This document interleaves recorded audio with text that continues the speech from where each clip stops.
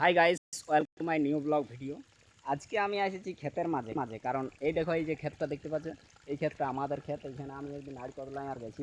তো ভাই, 2 মাস আগে আমি গেছিলি ভুটান থিম্পু সিটি কাজ করার জন্য। পেট্রোল পাম্প কোম্পানি আমাকে নিয়ে গেছিল। তো ভাই, গেছিলি 9 মাসের উদ্দেশ্যে। আর আমি বাস্তবে 9 দিন থাকার কারণ যে আমার ওইখানে জায়গাটা এবং জলটা শ্যুট করলো না, এই কারণে। আর আমি কিভাবে পালাই আলি সেইটার জন্য তো কোনো ব্লগ ভিডিও বানা ছিল না, তো নাই। এই জন্য আমি ভাবলি যে আজকে এই ক্ষেতের মাঝে আসিয়ে বা ক্ষেত দেখতে আসিয়ে তোমাদের মাঝে আমার এই ঘটনাটাকেও শেয়ার করে দিই। তো ক্ষেতে যখন আসতেছিলি ভাই, তো ক্ষেতের যে আড়ি থাকে, তো ওই আড়ি আড়ি আসতে আসতে দেখো আমার প্যান্টটা, এগুলাকে বলা হয় ঝুড়গুন্ডা। তোমরা জানো কি না জানি না, ঝুড়গুন্ডা এগুলাকে বলা হয়। তোমরা কি বলো কমেন্ট করে জানাবে। আর যে ঘটনাটা জন্য আমি আলি, 9 মাসের জন্য তো আমি গেছিলি ভাই ভুটান। তোমরা দেখেছো আমার রেল ভিডিওয়। আর যাওয়ার পরে যে আমাদের জলগাঁও আছে, জয়গাঁও থেকে ভুটান থিম্পু সিটি হচ্ছে মোটামুটি 1000 টাকা ভাড়া, মোটামুটি লই, বাস্তবে 1000 টাকা ভাড়া। তো ভাই, 2 দিন তো আমি কাজ করেছি থিম্পু সিটিয়ে যায়। 2 দিনের পরে আমার শরীর একদম মানে খারাপ হয়ে পড়ল। প্রচণ্ড পরিমাণ জ্বর আসছে, ফিভার হচ্ছে। তো ভাই, প্রচণ্ড পরিমাণে জ্বর হয়েছে, ফিভার হয়ে গেছে, ঠিক আছে। তো করবো আমি ভাবি কোনো পাচ্ছিনি। প্রচণ্ড কষ্ট দিয়েছিলি রাত্রিবেলায়, ঘুমাতেও অনেক কষ্ট পাতেছিলি ভাই। কেনে কষ্ট পাতেছিলি না, যে জায়গাটায় ঘুমাচ্ছিলি সেই জায়গাটা একদম সইতা ভিজিয়া, তার উপরটাই প্লাস্টিক দিয়ে থাকার জন্য, সেই কারণে অনেক ঠান্ডা লাগে আর জ্বর এসে গেছিলো ভাই। প্রচণ্ড গা হাত দুখা, শরীর দুখা। তো 7-8 দিন দেখলি, হসপিটাল গেলি, কোনোটাই ভিডিও বানাতে পারি নাই। তো দুঃখে ভয়ে বা লাজ লজ্জার কারণে বানাতে নাই পারি।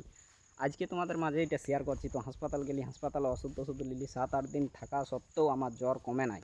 হঠাৎ একদিন আমি বলছি যে স্যারগুলো আছে, আমাদের সুপারভাইজার স্যারগুলো, তাদেরকে বলি স্যার আমি আজকে বাড়ি যাব। তো বলছি তুরন্ত বাড়ি যাব, বললে আমি টাকা কোথায় পাবো?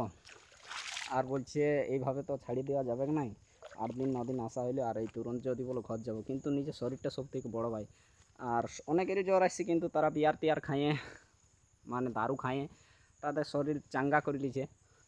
আর আমি তো পাচ্ছি না। তো ভাই, আমার কাছে ফোনপে 500 টাকা, আর হাতে ইন্ডিয়ান রুপিস ছিল নাই, ওই ভুটানের রুপিসই ছিল 500 টাকা, আর ইন্ডিয়ান রুপিস ছিল 500 টাকা ফোনপেতে। তো ভাই, 1000 টাকা তো জলগাঁও যাতেই ভাড়া, অর্থাৎ থিম্পু সিটি থেকে জয়গাঁও অর্থাৎ ফলসিলিং যাতে 1000 টাকা ভাড়া, আর আমার হাতে মাত্র 1000 টাকা। 1000 টাকা নিয়ে কোন সাহসে যে আমি বাইরে গেলে আমি নিজেও জানি না ভাই। তো বাইরে গেলে খাবো কি, রাস্তায় জ্বর আসবে না কি হবে, ওষুধপত্র নিয়ে খাবারও কিছু নিই নাই। 1 বোতল জল নিয়েছি 20 টাকায়, কোনো রকমে ওই জলই ভাই আমি চলে আলি। তো একটা ইন্ডিয়ান লোক পালি ভুটানের মধ্যে, তার কাছে ওয়াইফাই ধার লিলি। ওয়াইফাই ধার লিয়ার পরে, কারণ ওয়াইফাই ধার লিয়ার পরে ইন্ডিয়ার তো কোনো সিম মানে চলবে নাই, রিচার্জ থাকলেও কোনো নেট টেট নাই। ওয়াইফাই ধার লিলি, ওয়াইফাই ধার নিয়ে ওয়াকে আমার টাকাটা ট্রান্সফার করলি, ইন্ডিয়ান রুপিসে ট্রান্সফার করলি, ইন্ডিয়ান ফোনপেতে। তো ও আমাকে ভুটানি টাকা দিল 500 টাকা, ঠিক আছে। আর তারপরে ভাই চলে আলি, আসি জয়গাঁও। আসার পর জয়গাঁও এসে যখন ফালাকাটা আসতে আসতে আমার ভাই 5:30 বাজে গেলো। তো 5:30 এসে আমার প্রচণ্ড পরিমাণে ফিভারটা বাড়িয়ে গেল। গোটা দিন খাওয়া নাই, 10টা থেকে 5টা পর্যন্ত জার্নি হলো সেই কারণে। তো আমাদের ফালাকাটায় একটা কোম্পানি আছে যেখানে আমাদের পেট্রোল পাম্প তৈরি হয়েছে, সে আমি রাত্রিবেলায় থাকা খাওয়া করলি। আর বন্ধু বান্ধবদেরকে ফোন করে, কারো ঠিনে 200 টাকা, কারো ঠিনে 100 টাকা, কারো ঠিনে 300 টাকা, কারো ঠিনে 400 টাকা, এরকমভাবে বন্ধুদের কাছে টাকা নিলি। আর টাকা নেওয়ার পরে আমি শিলিগুড়ি থেকে বাসে করে চলে আলি ভাই। এইগুলোর একটাও ভিডিও বানাতে পারি না, এই জন্য বলি আজ এই কাহিনিটাকে তোমাদের মাঝে শেয়ার করে দিই, শেয়ার করে রাখা ভালো। তো আমার কাছে ওই বন্ধুরাই 200 পাঠাইলো, সেই টাকা নিয়ে আর আমি আলি ঘর।